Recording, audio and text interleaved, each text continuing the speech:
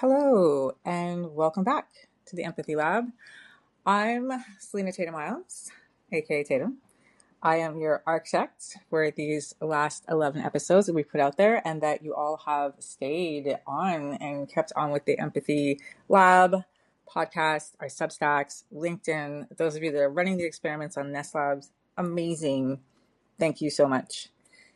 Cannot thank you guys enough. And it is the weekend recording. We're heading into a new moon coming up next week. It has been an ice storm if you're in Montreal like me, or I also know it hit Toronto. We had some hours without power. Thank goodness for generators. And it's March in Montreal, right? Yeah. So here we are, folks. We had two very heavy episodes. We talked about linguistic blockers 2 episodes ago, so words that we weaponize against others. And then last week, pretty heavy episode, 10th episode, however, one of the longest ones we recorded on passive blockers, so weapons that we use on ourselves. And I know that has left a lot of you feeling very tender, a lot of you feeling witnessed, seen, and trying to put everything together like, okay, I heard this podcast I've been listening to. She seems to make sense. But how do I do this? How do I do this? And it's something I call panic in the inbox, right? So this week I received a message, not from a colleague, not from a researcher, from a listener. And I get a lot of messages, and trust me when I tell you folks, I read them all. I might not respond to all of them. Time, mommying, I read them all. I try to get in there and heart them in the different areas that you all listen to me in, because I am on Apple, on iHeart, on YouTube, all of the Tubi interwebs. And so the listener, she said to me, I tried the drop the tail protocol. I dropped the just, I said the sentence clean. And you know what happened, Selena? My manager looked at me like I had two heads and said, wow, okay then. And I wanted to disappear. Did I do something wrong? No, you didn't. If you're listening this week, you didn't.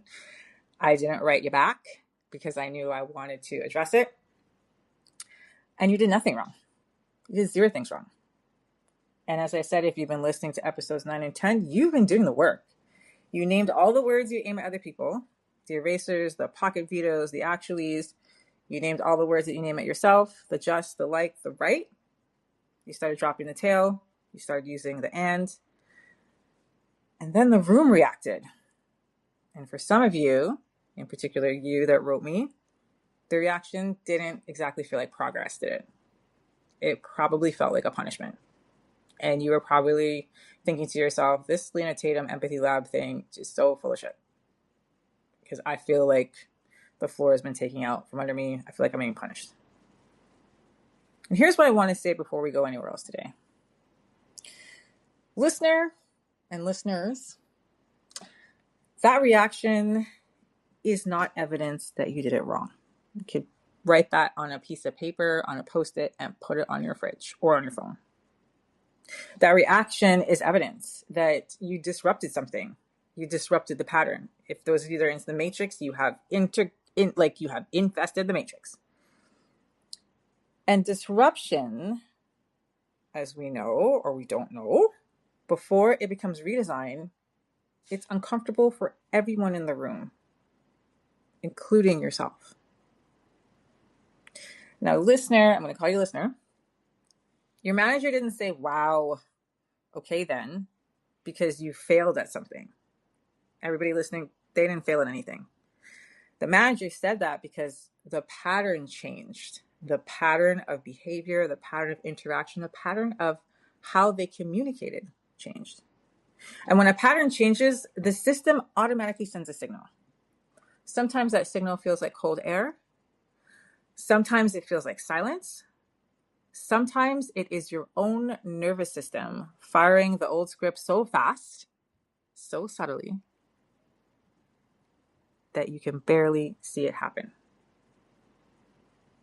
And today, folks, today is about what comes next. After the end, after you drop the tail, after the sentence lands clean and the room goes quiet and you feel like the floor just went out from under your feet and you are sliding. Today, what we're going to be getting into, and I kind of premised it in the Substack field notes and I believe in the podcast field notes. Today, what we're talking about is the inherited blocker.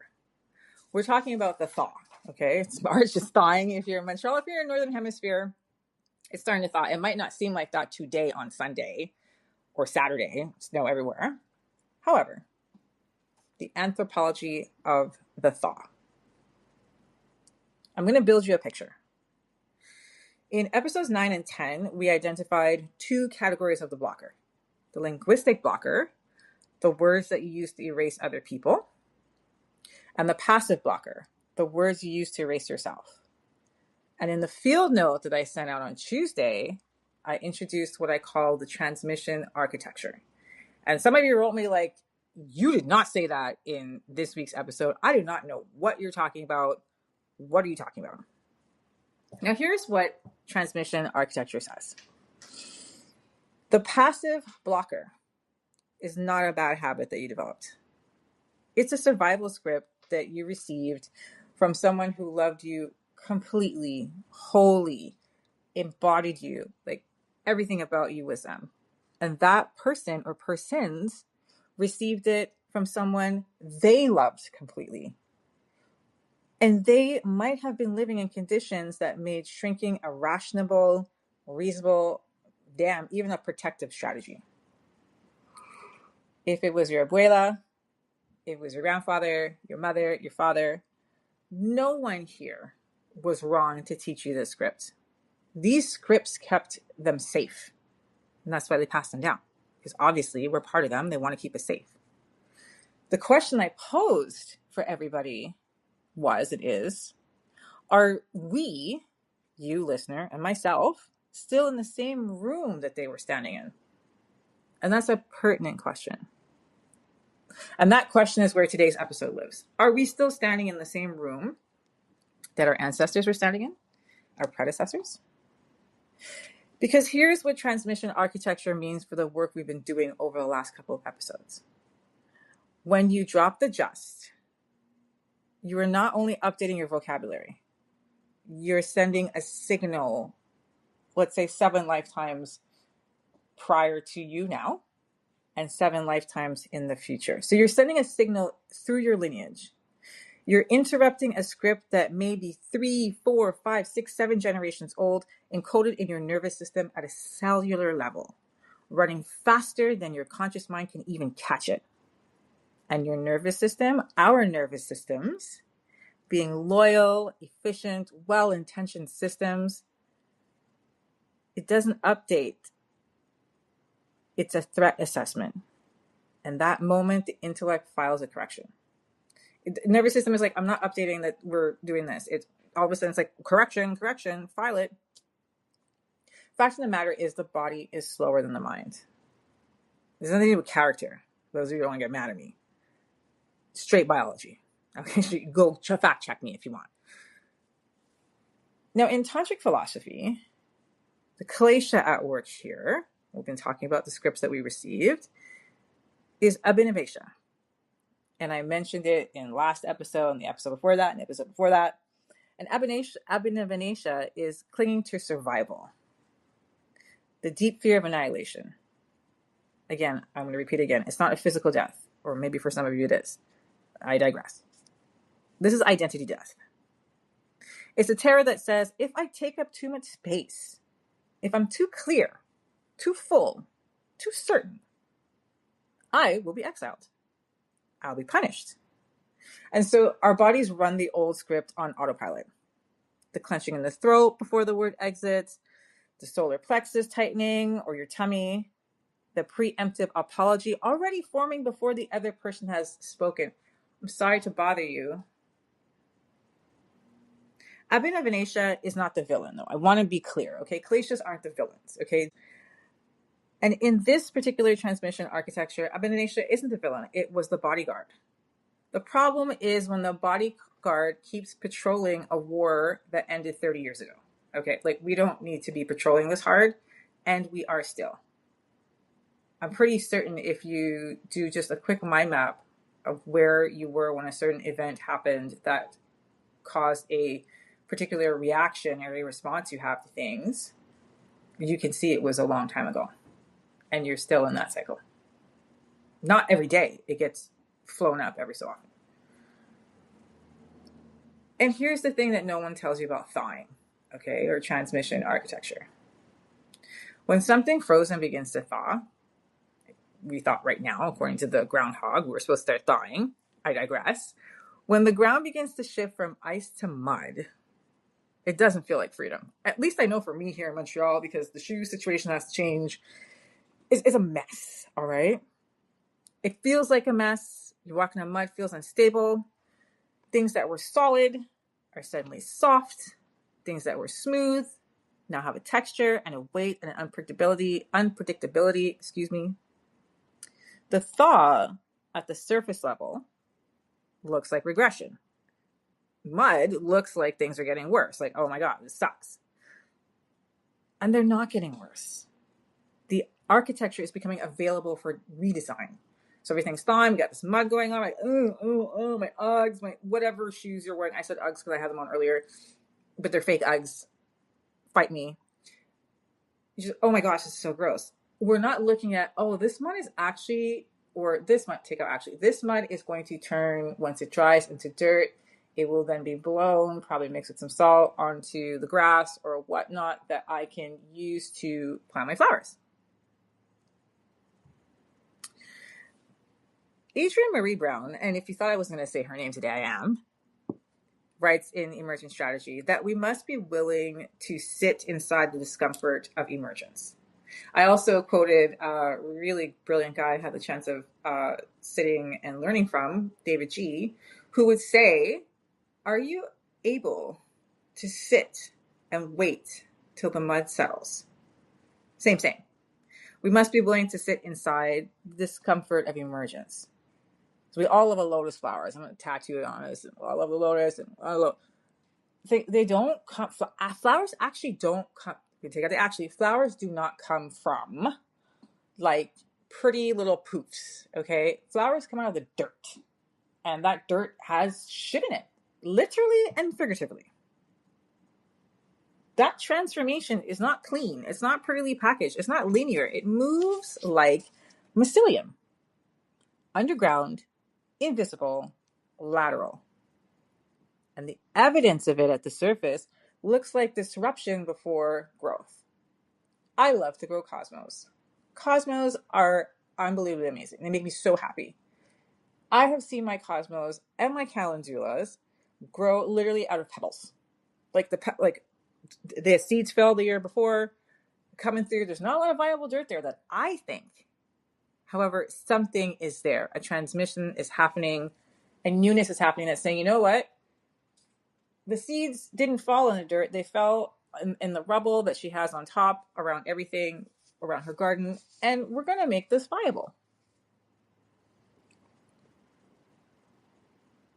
So if we go back, and listener, if you're still here with me, listeners, but particular listener, your manager's saying, wow, okay then. We reframe this. So you're using the drop the tail protocol. The wow, okay then, that was the mycelium. That was the root system being disturbed. And now something new has space to grow. So let's look at the tantra of the whole thing, right? Let's look at the mechanics of this, and what I like to call the field guide to the inherited blocker. I'm going to pull this into the fractal because the inherited blocker, the moment the thaw meets systemic resistance, doesn't only happen in boardrooms. It happens at the kitchen table. It happens in the inner monologue that we run at 2 a.m. It happens at the scale of institutions. And the patterning at each level is the same. The system always sends a freeze back. When you thaw, the system does not automatically thaw with you. It protects its own architecture. And as I'll say it again, the system sends a freeze back. Doesn't do things automatically. It protects its own area. If you can apply that to almost everything, 30,000 feet above, look at everything and you'll see. I'll take you through the 3 rooms where this plays out. Let's look at work. Listener who wrote me and listeners who were running the experiment in the lab this week, you've been running, the move is this. You've been running the drop the tail protocol for the last week because Tatum said. You walk into a meeting, everything is back, you got your research, you got your data, you have all the math is mathing. And that is your recommendation. And you're coming in there with not, I just think we maybe should look at, you're coming in there with the data points to one intervention. Here it is, clean, sovereign, and straight line. The data points to one intervention. My research points to fill in the blank. You come in, make your statement, math is mathing, and then you feel the room shift. Even in a Zoom box or a team meeting, you can feel it. Someone who usually agrees or has something to say goes quiet. Your manager, your people leader says something vague like, we can table that, let's circle back on that. Let's have a meeting about that next week. The pocket veto fires. And you walk into the meeting feeling not clearer, but smaller than when you walked in. Even though you did exactly what you were supposed to do. And I'm going to break down the architecture. What happened is not interpersonal. It was structural. When you change your linguistic pattern, you shifted the power geometry of the room. So you shifted the power dynamics of the room. The passive blockers, your previous justs, maybe your hedged recommendations, your padded recommendations, was functioning as the social contract between yourself and everybody else in there. It signaled to everybody else in there, you could have been wearing it on a shirt, I will take up only as much space as possible. I will not threaten the existing hierarchy. I will make my intelligence comfortable for people who need me to be smaller. Now, I've done this a lot, which is why I used it as the first one. When you drop the tail, what happens is you're renegotiating the contract unilaterally without a meeting. You're not having a meeting about having the meeting. Come in, present, no meeting. The system does what systems do. It regulates, sends a freeze back. People aren't saying nothing. You're getting some blinky eyes in the Zoom. The pocket veto, what I call the vague redirect. The sudden coolness in the room. I want you to realize these are not evidences of your failure. Even though Mark Rober says you got to fail 10 times at something, and he's right. We're not bringing Mark Rober into this particular example. These experiences that you're having or responses that you're experiencing, they're evidence of the system trying to return to its previous geometry. Basically the previous power dynamics. Okay? Now, this is what we call the homeostasis principle. Systems resist change, not because they're evil, or maybe they are, but because they're designed to maintain themselves. I'll take the but out of there. Systems resist change not because they're evil, because they are designed to maintain themselves. The question is not how to avoid the recoil or the redesign. The question is how to stand inside it without collapsing back into it and back into the inherited script that you were running before. Let's look at blocker number 2. I'd like to call it the kitchen table negotiation. So this is at home, kitchen table, being a kitchen table. So you've been practicing the and protocol. You've been dropping the but, replacing it with and. You've been saying that, well, you've been saying what you actually need, because that always goes what you actually need. You've been saying what you need instead of what you think you're allowed to want. One night, you tell your partner, and you don't say, I just need 5 minutes. What you say is, I need an hour to myself. And I need the evening, logistics, the kids, the dogs, the activities, the things handled without me. Maybe you don't say it like that. Maybe you say it the way you say it, right? I need things handled without me. I am taking my time, however you say it. And then the temperature in the room drops like 3 degrees. You get kind of like the stare. And your partner may or may not say, because we've been trying this for a week and maybe they're noticing, maybe they're not. They may say, you seem different lately. Or what's got into you? Or again, the dead stare, like, huh? Now, you seem different lately in movies seems like it's a compliment. How it's a question disguised as an observation. And that question, you seem different lately, is, are you still going to play by the old rules? That's what that question is. What the statement is. It's a blanketed statement. We talked about this a couple episodes ago. If you have no idea, go back a few episodes, come back, meet me right here. Now, the building of this, the architecture of this, the transmission architecture in intimate relationships is particularly precise because you chose this person, consciously or not. And you chose them in part because the scripts you each brought into the room. So, like, someone else can come into a room with a script and you don't have one. Let's be clear about that. We each bring scripts into the room, with a boardroom, work site, friendship. You bring in scripts, okay? The way you minimized yourself may have felt like safety to both of you. So if one of you is like, I'm sorry, but, minimization, I just need, however it's happening. At some point in time, felt like safety. God forbid you make yourself too big. And it felt like safety to both of you. We've got, to add to this, you've got the compliant achiever, right? I was achieving, next step. We've got the peacemaking architect. So let's look at this. I'm super sorry. Right away, making peace.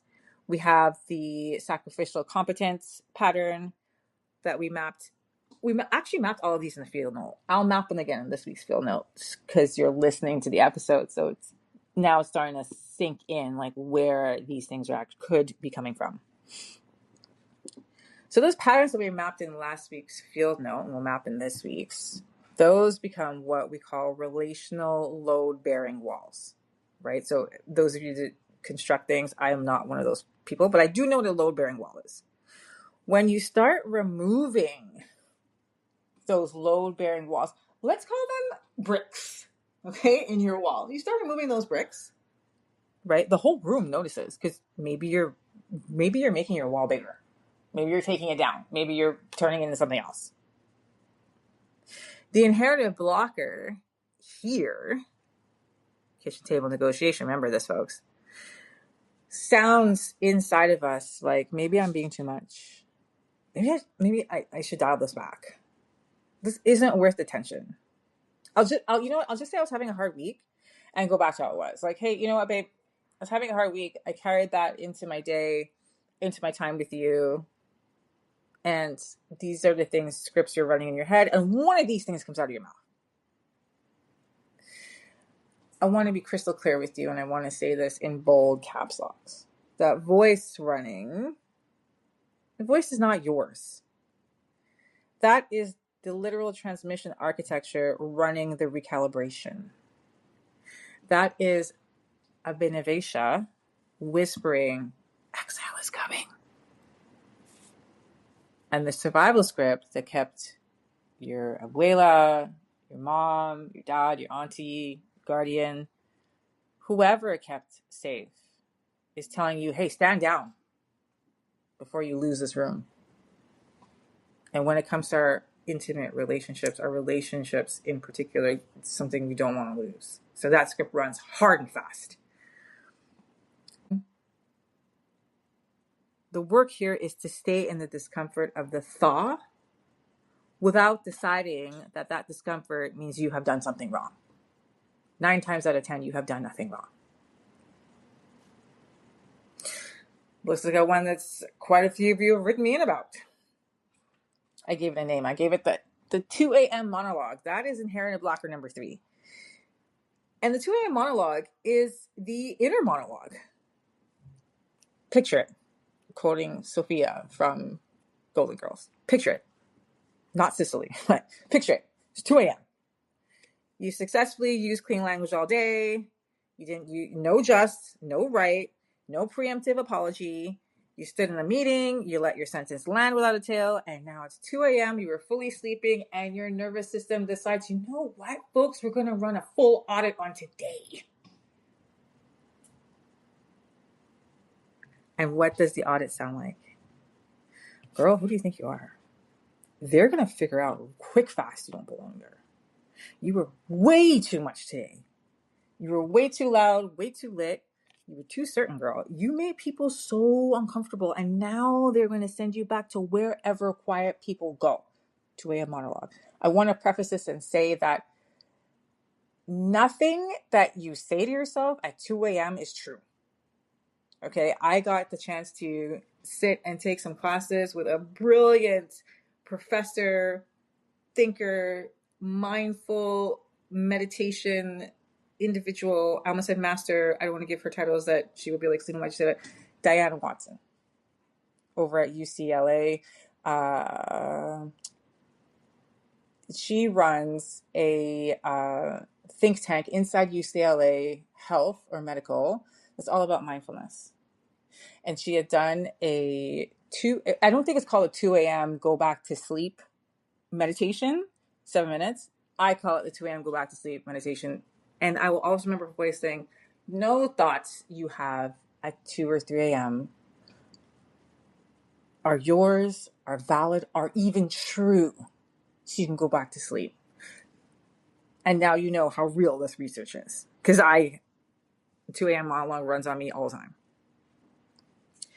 And the 2 a.m. monologue is the inherited blocker at its most naked. No clothes on. Like the dream where you show up and totally naked, that's this one. The architecture, the build around this. So in tantric philosophy, or I'm going to dial it back, in yogic philosophy, the kleshas run deepest in the state between sleep and waking. In that minimal space where the conscious editor has gone offline and the nervous system runs its rawest code, aka running rampant. The 2 a.m. audit, or the 2 a.m. monologue, folks, or the audit, however you want to call it, is Abhinavanasha operating without a filter. So if you remember what I said Abhinavanasha is, now you know that this is operating without a filter. It is the fear of annihilation script surfacing from the layers below vocabulary, below social performance, below the tools you've been practicing. It's the one that's going to sideline anything that Tatum has put out on the podcast to you at 2 a.m. And here is what I need you to understand about that voice. It is not a prophecy. It's a transmission. Simple and plain. Somewhere in your lineage, someone needed that voice to stay alive. Someone needed that internal regulator to fire at 2 a.m. because the consequences of being too much in the light of day were real and catastrophic. That voice is not your enemy.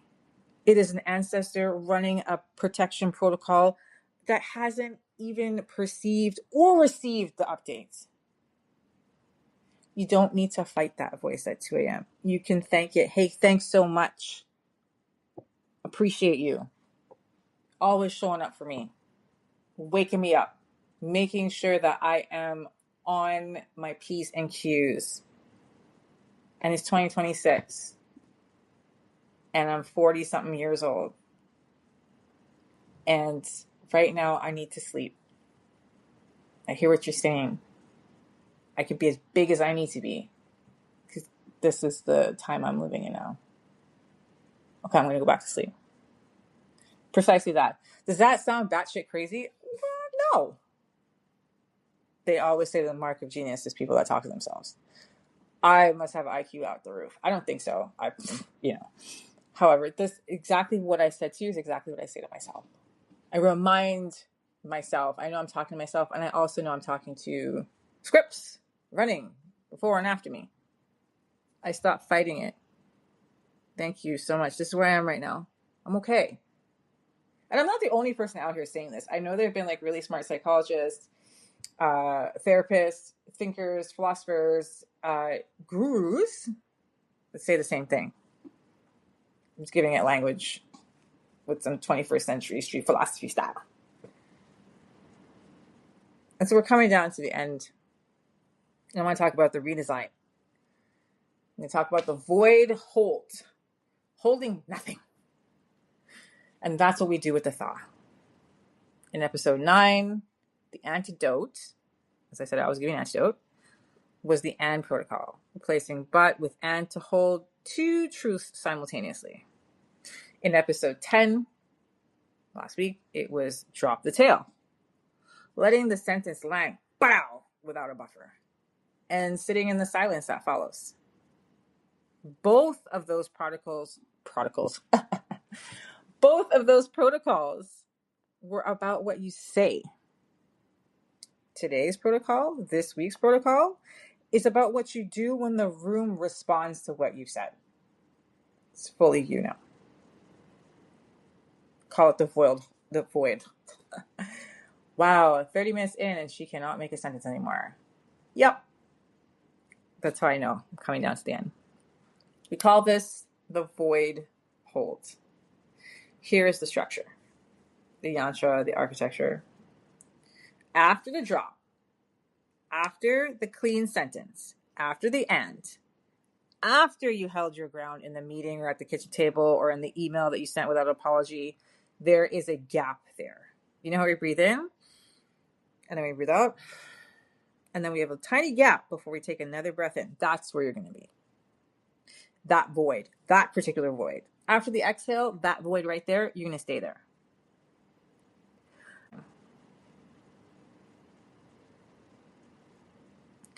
A moment before the room has decided what to do with the new geometry, new structures you just created. We know that in that moment, the inheritor blocker is going to fire.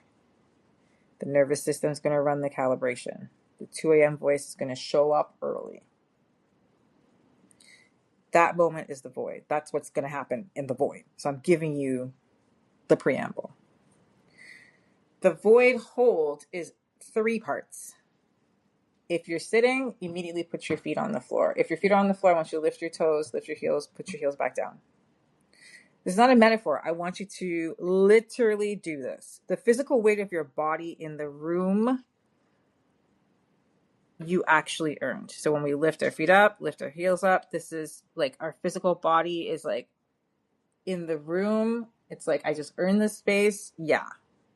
Lifting your heels up and your toes up. If you're sitting down or if you're standing up, you just take like 2 steps. This right away is a pattern interrupt. It interrupts the nervous system's attempt to relocate you back into the inherited script. Because you're moving your feet. So now your body's like, oh, what's going on here? I don't have time to throw them back into the inherited script because they're moving.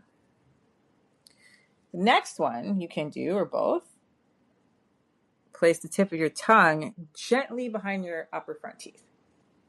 So right now you're probably like, oh, my tongue's always there. No, it's not. Your tongue sometimes, more often than not, is behind your lower back teeth. When you place the tip of your tongue behind your front teeth, and it's not a meditation gimmick. If you've heard it in your classes and whatnot, keep doing it. It's fine, but it's not a gimmick. This location right there in your upper palate interrupts the fight or flight reflex at the throat. Your tongue goes up behind your front teeth. You can't be like, okay, but I'm sorry. Your tongue's doing something. Now, that fight or flight reflex at the throat is the exact location where asamita, identity protection, and abhinasha, survival fear, produce the most somatic noise. And it gives the nervous system something to do that's not a complete collapse. So tongue back at the top of the palate, behind your front teeth, the only option you have is to breathe. Or count to 5. Count to 5. Not because 5 seconds changes the room. That's not what I'm saying, count to 5. But because 5 seconds is longer than the average recoil impulse. A recoil impulse is maybe half a second. And 5 seconds is longer than that impulse. By the time your brain has 1, 2, 3, 4, 5, reached 5, the nervous system has had enough time to receive information that there was no threat. There was no woolly mammoth. There was no saber-toothed tiger. Bringing it more now into current times, the master is not coming out to beat the slaves, those types of things, right? It interrupts everything. And all of a sudden, nothing collapsed, nothing happened. You weren't exiled. The floor is still there. Nervous system. What these 3 steps give your nervous system time to realize, hey, threat, nothing. Okay. And the rewriting starts because our bodies are way smarter than we are, even though they move slower than our minds. And I'm going to go and say that the whole I think, therefore I am, I'm really going to throw like bogus on that. I witness and I am that. I think, therefore I am, I witness and I am that. After the void hold, you have a choice. You can speak again, or you can let the silence do the work. Both are valid. Either or. 2 truths holding space at the same time. The point here is that the choice is yours, not the inherited script that you're running. And here is the piece that took me the longest to understand. Longest time to understand. The compassion you extend to your grandmother, the woman who learned to shrink because her room required it, is the same compassion you need to extend to the version of yourself that still carries her script. Every time you feel yourself shrink, offer yourself that same compassion. If you got to know your elders or not, you heard their stories or not, or you heard through other folks and you can feel that same compassion you offer them is the same compassion you need to send to that version of yourself that still carries her script. You're not failing, okay? Well, let me take out, okay? You're not failing when the inherited blocker fires. That is not what's happening. If it happens, even during the course of our conversation here, you didn't fail. You are witnessing a protection mechanism in real time, and one that was designed with love in mind, operating in a room that it was never meant to navigate. You can only respond with what you know. You're not behind. You're not broken. You, my friends, just like me, are mid-thaw. And mid-thaw is exactly where the redesign begins. Transformation is always preceded by some sort of disruption. That's simple and plain. The fractal of change always looks like chaos before it looks like a pattern. So if you kaleidoscoped as a kid, you had those little goggly things like crazy, and then all of a sudden, pattern. And what's going on scientifically is our nervous system's panic is that disruption. The void hole that we've just talked about is the pause inside of disruption. And what grows in that pause, the 5-second gap between the old script and the new structures you're putting in there, that's the redesign. That's where you're redesigning. 5 seconds, redesign, boom. Next. This week, I want you to practice void hold in one room. You're not going to be like, I'm void holding the whole time, Selena, all week. No, one room, just one. I want you to pick the room that sends the freeze back most reliably. So you know you're going to get a freeze back. It could be the meeting, it could be the kitchen, the 2 a.m. audit. Maybe start with the audit and go back. 1. Run the 3 moves or run one of them. Notice what happens in your body. Journal about it. Don't journal about it. Voice note. Tell your friend. Notice if the floor holds. It was going to hold. It's scary as fuck. See, I cussed. I was trying not to cuss in this one. Cussed all kinds the last one. Floor's going to hold. And before we close, I want to close with something I've been sitting with all week. The thought that we're all experiencing, that you all are working through, and as am I said it at the end of last week, it's a form of grief. And we want grief to be packaged in these nice, neat little things. That's how they do grief here in North America. Where I'm from, they do grief loud and proud. And the thought is a form of that grief. When I was privileged to run grief cafes with 10 Collective, we talked about grief not only as a response to loss, as a response to transition. to the ending of something that was for a long time the thing that kept you safe. Transmission. The survival script that you're releasing, the justs, the maybes, the buts, the preemptive apologies, the sentences that shrink ourselves, or the sentence that shrinks itself before it hits the air, that script was functional. It had a place in time. For a long time, possibly, if we think about it across many generations, maybe more than you and I can count. And it did the job it's designed to do. Kept folks alive, kept them in the room, kept them from being exiled from the groups they needed to survive. You are not abandoning that when you drop it. You're not. You're completing the work that was started. For example, you're not abandoning your grandma when you drop any of those things.